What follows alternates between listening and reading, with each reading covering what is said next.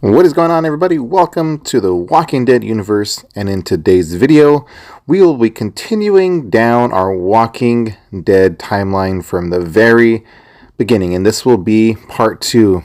And in today's video I will be discussing the Wildfire Virus and how everyone became walkers and how everyone is infected and what we know so far about how this virus started.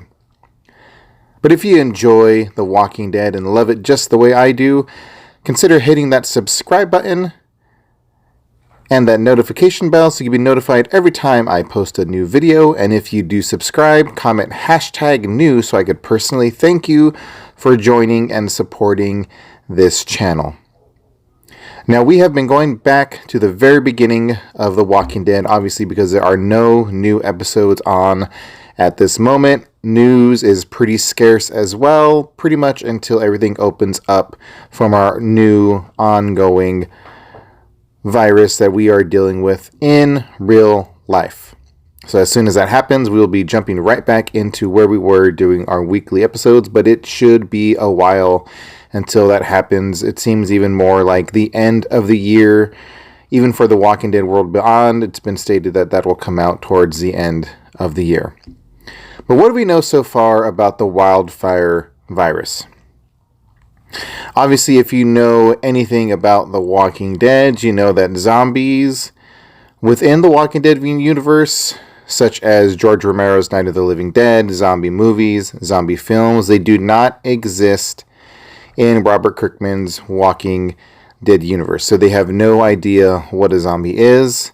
That is why we don't hear the term zombie, besides a few scarce times in the comic book.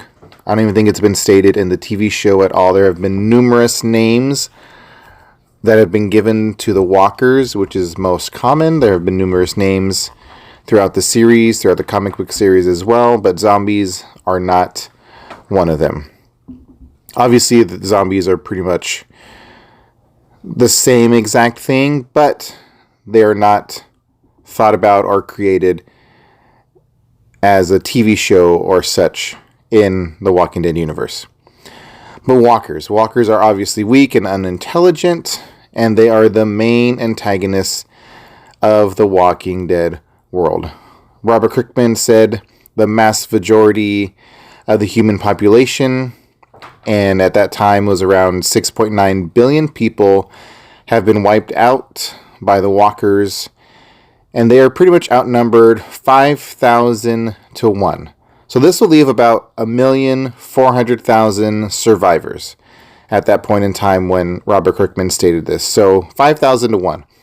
So out of 6.9 billion, there are 1,400,000 survivors left. And that's throughout the world. They're spread out, obviously, even throughout the United States. We've seen down in Mexico. We know in other parts of the world, it's pretty much the same as well. You don't see huge, thriving cities. We will see bigger places like the Commonwealth and the CRM to come in the next seasons. But as of now, we haven't seen huge groups of people yet. So what is the wildfire virus? We could go back to season 1. And we get a little more glimpse into it as well in Fear the Walking Dead. But everyone in the Walking Dead universe somehow got this walker pathogen, this walker. We don't even know if it's a virus, honestly, because if you think about a virus, even like the coronavirus going on right now, you have to get it from somewhere. And if I decide to just stay in my house and not go out, I don't get this virus, and I could wait until everything goes back to normal, and I more than likely will be fine and not even get this virus. But in the Walking Dead universe, the wildfire virus is what it is called. Everybody has it somehow. So obviously it has to be something that's airborne, something that passed on to everybody no matter what or where they are. Now, Robert Kirkman stated in a tweet a few months back that the start of this virus was a space spore, And actually, very, very recently, he stated that he was just pretty much joking about that tweet was actually been deleted, and he would not even tweet something that big over on Twitter, that he would sit down with an interview and actually discuss it with people, so that he was just joking around with that person on Twitter. So Space Spore is not what started the walkers in The Walking Dead. So as of now, we actually have no known source of how it started, whether it's airborne, whether it was man-made, whether it was natural disaster. Even Dr. Jenner did not rule out the possibility of supernatural origin or the wrath of God, like Jackie said back in season 1. We have no idea. And that kind of brings it to even a greater mystery without knowing exactly what happens. But we do know one thing, that it remains dormant inside the body, inside the brain, wherever it lies in the body, because when you're alive and normal, you show no symptoms. Unless you get bit, obviously, that is one way of you to get symptoms from it, or for it to start activating. I don't know exactly if it has to do with just the nastiness of a zombie bite, or the nastiness of their scratch, or is it because they're dead but they're walking around, that it kind of boosts and kickstarts this pathogen inside your body. So it has a dormant state inside of you. We don't know exactly what it does. It just kind of stays there until either you die and you come back to life, or it just seems to be activated by a walker bite as well. That's just one of those things that you could see when someone gets bit. Like, we'll go for Jim, for example. He got bit after the fish fry. Even for a little while, he seemed fine for a little bit. Then he started getting the symptoms, and that seems to come more from just, I think, the nastiness of a dead corpse walking around. I don't think it really has much to do with the pathogen like activating inside of you, but I think it just has to do with just the nastiness of the walker biting you, and just, I think it would just be full of germs, and that's probably what gives you those symptoms. Because it's unclear whether the infection could even come from walker blood. For example, I know it's been stated that walker blood can turn you, but then if you remember, Sasha accidentally cut Abraham's arm with her zombie blood-soaked knife, and nothing happened to him.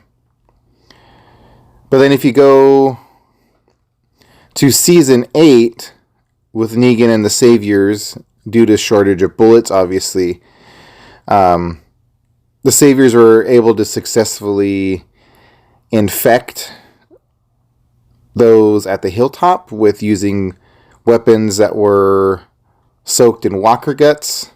So it's one of those things.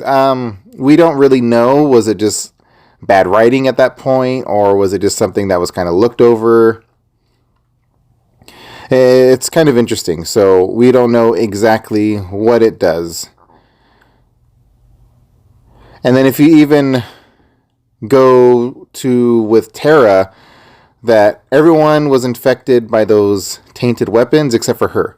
So unless Dwight shot her with a clean arrow, we don't know. We're not quite sure, but it's kind of one of those things that's kind of up in the air. If you think walker blood infects you without even being bit, or if you think that walker blood doesn't and it's just that case and it was just bad writing at that time, let me know down in the comments below what you think concerning this. And obviously the symptoms are fever. Jim even said that his bones felt like glass, dehydration, coughing up blood. There's a lot of things that come with being bitten by a walker.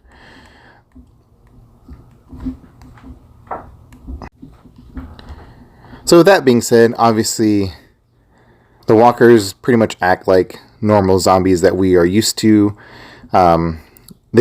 People could camouflage themselves with walker guts over their clothes, and somehow they are not able to recognize them. Or if you even go to the Whisperers, they do have that skin face, and more than likely they have a skin suit, whether it's under the clothes or over the clothes, but just one of those things that the walkers are unable to detect. So it has to do with, I guess they are able to smell the dead skin or dead bodies. Obviously, dead, rotting skin is something that you don't really want to be smelling on the norm, or you want to be smelling like. So that is one of those things. We obviously know that walkers have a sense of smell to some capability.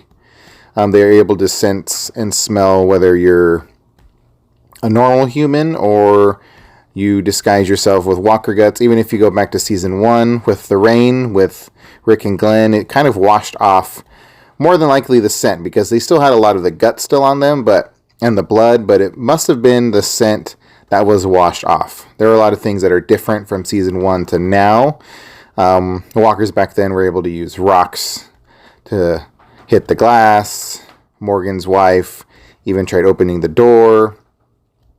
And even Robert Kirkman stated that this had to do with earlier zombies, and fresher zombies have more of a intelligence to them. But if you know Walking Dead, you know that it had to do with the showrunner at that time. That was his idea of what the walkers were to be like.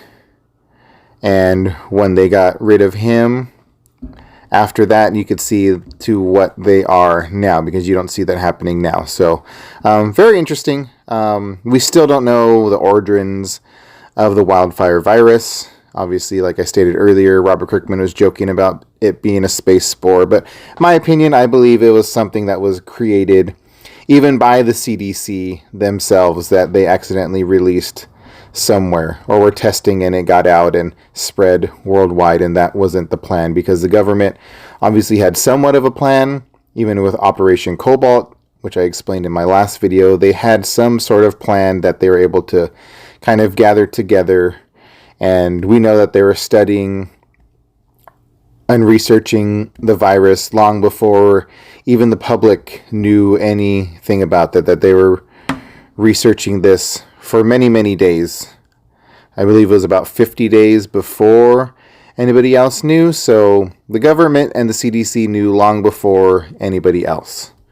But that's all I have for you today. Just going over what the wildfire virus is, and going over the walkers, just so we could get a glimpse back to the very, very beginning. And we'll be heading down this timeline, and it's going to be a lot of fun as well. So thank you guys for watching this video. If you guys enjoyed it, please give it a thumbs up, and don't forget to hit the subscribe button as well. And I will talk to you guys in that next video.